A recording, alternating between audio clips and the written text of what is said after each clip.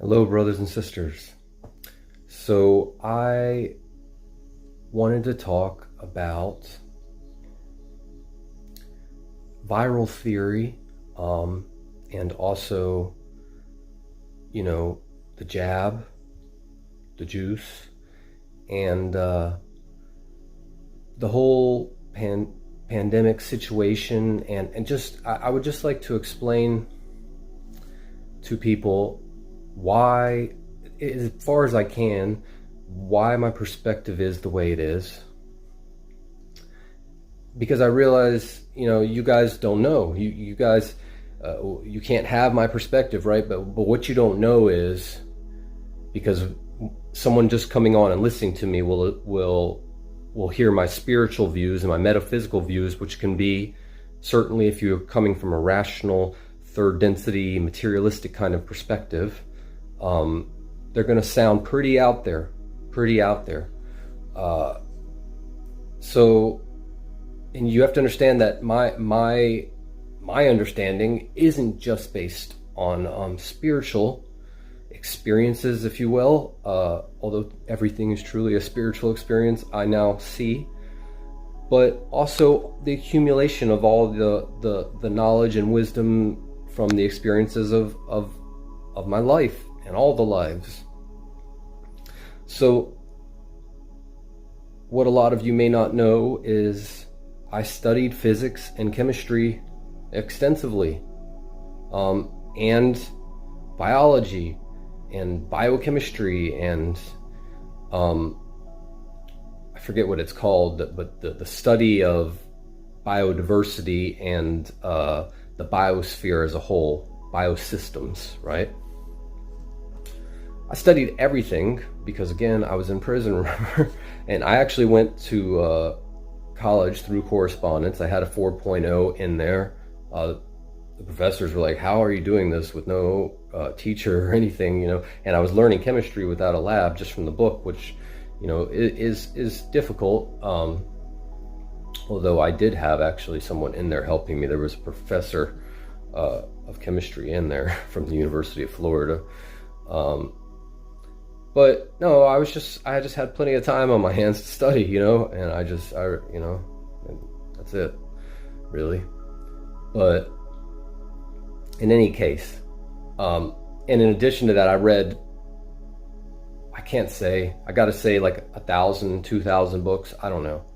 It was a lot of books. I read a lot of books, everything I could find, and because you can't always find what you want in there, you can't always, it's a limited selection, and we all share books in there, you will read things that you certainly wouldn't out here, and you will absorb topics that you certainly wouldn't out here. So one of the books that I read, well, first of all, in biology in school, from their own sciences, I learned something interesting about viruses that always stuck with me.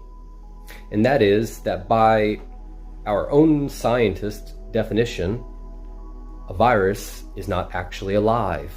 It does not fit all the criteria of a life form, a biological life form, as we see it. Because the way they describe it is like a bacteria. When they're out here, it's like it's attacking people. The virus has struck and all this stuff, right? And they act like this is a sentient thing with a will to harm you. But in fact, it does not eat or produce waste. There are other things which behave like this. The only thing it really does, a virus, is replicate. So there are many ways many levels to view viruses and to understand them. So as I said, it replicates. So one thing that it's basically acting like is a crystal. A crystal. Crystals replicate, and though I now understand them to be conscious, as human science has designated life, they do not fit into that category. We call them inorganic materials. Okay? And we are all aware that there are many crystals, minerals, and salts within our bodies, right? The balance of these crystals, for certain, can affect our health and the way we function to the point of death. And some crystals, being toxic to the body, can cause death in very small amounts, like cyanide or arsenic. So, right away, we start to see a correlation between viruses and crystals and perhaps what we have past thought as inorganic systems. And then later I was reading something on emergent biologies and like radical new biology theories and how the biosphere interacts, how these different biological systems interact. And they started to realize that bacteria and viruses and like small plant and animal life organisms all over the planet, the large biomass of the planet, that is made up by very small organisms, could communicate all the way across the planet, like instantaneously. They would do one thing in one part of the world, and the earth itself or the bacteria or whatever organism they were studying could be affected all the way in the other side of the planet. Now, in consciousness, we call this the 100th monkey effect. And if you're not familiar with that, this is literally that certain monkeys on certain islands learned, certain adaptations, which I forget what it was, but in some way it made their life a little easier. And then instantly, all over the world, other monkeys learned this. And then so we went about testing to see if this actually was a real phenomenon that needed to be explained, whether information was being passed in non-physical or non-known means across the globe. And in fact, it has been proven beyond doubt. And this is when science started to really grasp the idea of a collective conscious, between us. So back to the biological systems, when looking at the Earth as a whole, as a biosphere, and seeing how these different systems react, this is also, without doubt, symptomatic of intelligence. So what this means is that the Earth itself, this is a scientific fact, you can ignore this if you want, but the Earth itself displays intelligence greater in mass than the sum of its parts. This is clear scientific indication of the Earth's consciousness herself. Okay? And regardless whether you view her as a conscious being or not, the body of the Earth, the biosphere itself, if you look at it that way, and you look at all the different biospheres as organs of the body, then you can see for certain that viruses are acting in the same way that white blood cells do with us, to attack foreign invaders. So this is exactly how I still see it. The viruses are an immune system response, okay? So, and you can see this, like where there's overpopulation, a virus will break out. And then once the population starts to go down, the virus will miraculously go away. Or when there's huge social problems, social unrest and depression and war, and the viruses will break out. These are immune system responses. Even if you believe, and you have to first understand, a virus, the way as they're describing it, is incredibly small as compared to a bacteria. So don't think that they really have pictures of these things. They have some line on electromagnetic, on their highest magnetic thing. I believe they have a thing that shows like a little line of something, and they're like, that's it, that's what it is. Understand that their viral theory has all kinds of holes in it. Just because science is pushing it does not mean it's true. They are off and wrong all the time. Their history is terrible. Their track record is terrible. They have persecuted everyone who came out with the truth over and over, just like the church. If you don't understand the way our higher education systems work, once you get out of grade school, and once you certainly get out of community college, once you get out of the first 4 years and you start to get into graduate degrees and stuff, but even before then, you begin to specialize more and more and more and more your knowledge. And once you start to work in these fields, it's pretty much all you do is work. So if you're a neurologist, you're just going to be studying neurology. If you're a physicist, you're just going to be studying your particular area of physics, and hopefully you can catch up on other areas because all these papers are being published all the time. Okay, so this in itself creates a problem because like in Greek times, the scientists, the philosophers, they were all the same people. And this was knowledge that was incorporated through the whole of their being. They understood it all. Now everything is being understood in little sections.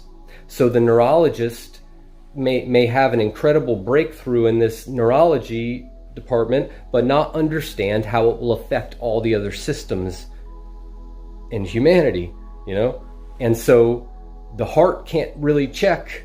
The mind doesn't check with the heart anyways, because it's only really about the person's glory generally, or what they think the applications of it will be. So no one checks to see, like, is this actually wise? Does it feel right?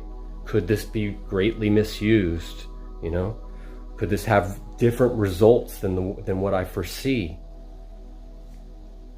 Without that, knowledge becomes incredibly dangerous and destructive. And that's the situation we have today. And because of the way science is built, because it is literally a church to the ego. It is a church to the rational mind saying, we don't need any other explanation for anything out here. We got it all figured out. It's all about us. We humans are the only thing that exists, the center of the universe. This kind of mindset, and the mindset of egoism on the individual level that says, I need to achieve over everyone else, especially in competition with everyone else. I need success, So this means that every scientific discovery that gets made, first of all, is getting made primarily for the motive of the glory of the person, which always will corrupt the intent. That will always make the intent not actually cohesive for the collective. Of course, you create as you believe, as you intend, as you will. So, and they would understand this if they had a holistic understanding of life. And okay, but then second of all, if we take any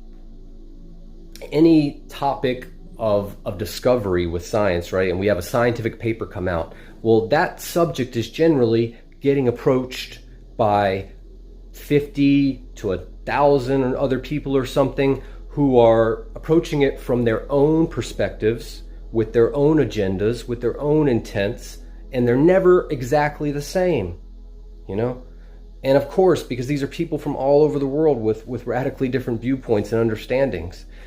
And what happens is the papers, instead of being brought together into cohesion, they fight each other, they fight it out, because they all have this attitude that everything has to be black and white, one way or another. This is the facts and that's not, So because they can't understand that reality actually exists with paradox, and that we can have an appreciation of things from very many different sides and levels, and that we actually need that to be harmonious with the universe and successful in our creations. So without that understanding, what happens is these papers fight it out, and generally the paper that either has the most unscrupulous or driven writer, has the biggest financial backing, or just the biggest ego writ large, will succeed and generally crush out the evidence of the opposing viewpoint. Those two viewpoints together, again, could have made a cohesive understanding, but instead we get a block to our understanding. We get a partial understanding that blocks out 10,000 other understandings that we need. And this is what we call science. We're not going to progress like that. Some scientists are moving past this stage. There are definitely scientists on the earth today who are beginning to understand you cannot take science and spirituality and all the other elements of the universe, consciousness, love, experience. You can't take these elements out of the universe. Everything has to be integrated to actually understand things. There are scientists who are beginning to incorporate their fields of understanding into a holistic view based on the heart. Blessed be. But this is not how it has been, and this is not how it has been taught. It's not how it's being taught still. Now, let us return to the viruses. So I've already explained that this thing is not, by their own definition, alive, and that it can be seen to be an immune system response. Well, this leads me to the understanding that I've had with, as I've just said, because they are viewing things in sections. So let's say even if their viral theory was spot on, and it's not, like I said, it has all sorts of holes in it, all sorts of disagreements within it, and all sorts of disagreements between it and other sciences. But even if that was not the case, it's still such a narrow, laser-like view of reality, such a narrow perspective. And you can call this thing a virus if you want. Like look at it this way. Your liver has all these different functions and responses within your body. If I was to pull the liver out and show it to you, you could in fact analyze this thing, and you could say this thing is a round spheroid that has certain liquids in it, but without ever seeing a human or a body like this belongs to. Imagine you're a robot analyzing this thing, you just found this thing, and you had no relation or context to understand it within the whole. You could think it was anything. Hopefully you would be logical enough to draw the conclusion that you don't have enough data, but the human would put forth a hypothesis, and generally the best one at the time, or the most the biggest ego, again, will get published in the media, or it also gets spun because they're also lying to us and deceiving us. So not only is their science all full of holes, but those that report the science to us are corrupting and manipulating how they report it, what they report on, and just fabricating it often. And they are in collusion with the scientists to suppress, with some scientists to suppress information, and there's all these things going on. But they want you to hear them as if they're God and believe their word is law. Oh, the scientist said. Oh, the scientist said. They say a bunch of crap that's wrong constantly. But you forget that. Because why? Because we don't want to think for ourselves? Is that why we do it? I used to think this way. I was seduced by this thinking. I was programmed by this thinking. And wow, it messed me up. Wow. So I understand the insanity that this kind of thinking causes, But again, let's go back to the viruses. So my point was, you can view anything in a section, and you can label that thing anything you want, and then make up a story about it, and then make up a huge business of treating and controlling people, and impose all these things that you want through the fear created by this thing. Even if it does exist, it doesn't exist as you say it does. So here's what I would like some scientists to explain to me. Okay, Because this is not an agenda. This is my truth. This is my experience. I'm sure all of you know that me and my partner, we're not interested in jabs, you know? So I would like to know why I have personally witnessed and heard about numerous people who have taken this miraculous cure that we were supposed to get, and all of them test positive for this virus. All of them are sick. And yet here we are years into this, and I've been saying from the beginning this was coming, and I've also been saying from the beginning that we stand in God and are not even slightly concerned about such things.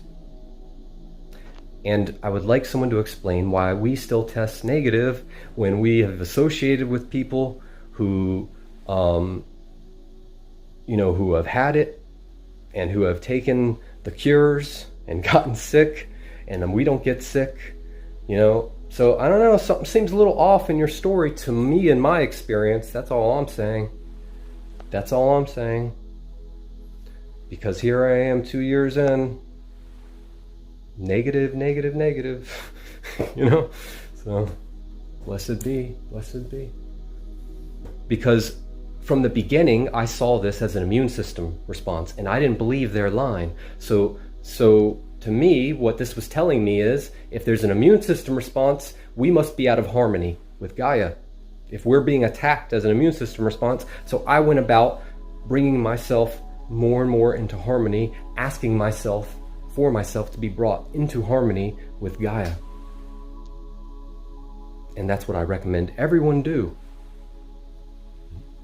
From the bottom of my heart. I would like to add one more element to this whole understanding of viruses and virology, and that is to look at the virus just as they have named it aptly, like a computer virus. Now, if we understand the computer and the hardware to be the body, and the programming of the computer to be the mind, and then what is a virus? See, it's not a thing. It doesn't exist within the computer as a part of the computer. It is just bad code, bad programming. Once it's deleted, everything runs again the way it's supposed to. So in that way, you can see a virus as a non-existent thing, really, as just being bad code, which also could be seen as being disharmonious. Disharmonious code being out of sorts with the rest of the code, not running harmoniously to the rest of the code. So if humans are running code that is disharmonious to the rest of the code of the earth and all the systems within it, which we certainly are, then perhaps humans are the virus, and the symptoms we are getting are the result, are the cure from Mother Earth. I feel like, honestly, that's a perfectly, this whole thing is a very reasonable argument. Look, I understand I don't know everything. I'm not saying anyone else has to see it my way. My way is right. But I hope you can at least see that I'm not just basing this off like just some feeling or impression I had one time. This does include feelings of validation telling me that I'm on the right track, that my will grows stronger every day, that my health, vitality, power, intelligence all keeps growing. When I lived under their system of thought, the opposite was true. I got sicker, I got weaker, I got more separated from everyone, I got more depressed, less intelligent, less creative. I'm living my experience and sharing it, brothers and sisters. So please don't hate me for it. Please don't hate me for trying to share another viewpoint with you. I'm certainly not the one trying to pump something onto you that is for profit now. Like, we all realize that these vaccinations, no matter what you think about them, they definitely profited off a global emergency. That money did not get repaid to the taxpayers. So maybe that will catch some people, because money is what a lot of people will hear, you know. Yeah, they're robbing you. They're doing a lot more. And again, they are just my misguided brothers and sisters. I don't view them, whatever they are, there's only God to me. There's only souls to me. We're all equal players in this game. Some of us are just very, very confused. That's it. Some of us were playing a role that doesn't need to be played anymore. You know, I'm not going to get into that whole thing right now. Before I go, I would just reiterate to my brothers and sisters on the path that I have again indeed witnessed in my own life and experience more than enough, an abundance of evidence and personal experiences that the jab affects our psychological and spiritual ascension and our physical. But I mean, it may not be apparent immediately, the physical effects, but I have noticed almost immediately the changes in the psyche, in the psychology, in the spirit. It's like if they, let's say someone was at 60% spiritual interest and activity and 40% materialistic, the next day that flipped and then just kept going. More and more materialistic, less and less spiritual. I've seen it over and over and over, and then they start getting sick, you know. I've been telling everyone from the beginning this was coming, this was happening. And remember, brothers and sisters, if you took the jab and you no longer agree with that decision, nothing is permanent. No one is ever lost to God. You can just put yourself in some difficult situations. So with true will and intent, it's not even a hard thing for the Creator to remove, but it's going to require full commitment. Like, it's going to require you truly understanding the mistake. Okay? Love and light be yours. One thing I meant to add to that computer analogy is that if the body can be seen to be a computer and its hardware, and the programming of the computer can be seen to be the mind, you are the operator. You are the person sitting at the computer. You are the consciousness engaging the computer and creating the computer, programming. So the problem is we have taken on a mental illness that tells us we are the operating system. It's like we're hypnotized, sit in front of the computer, traumatized because the computer's not functioning correctly, instead of just recoding it, because we think we are the code. So we don't know how to fix the code if we are the code. Love and light.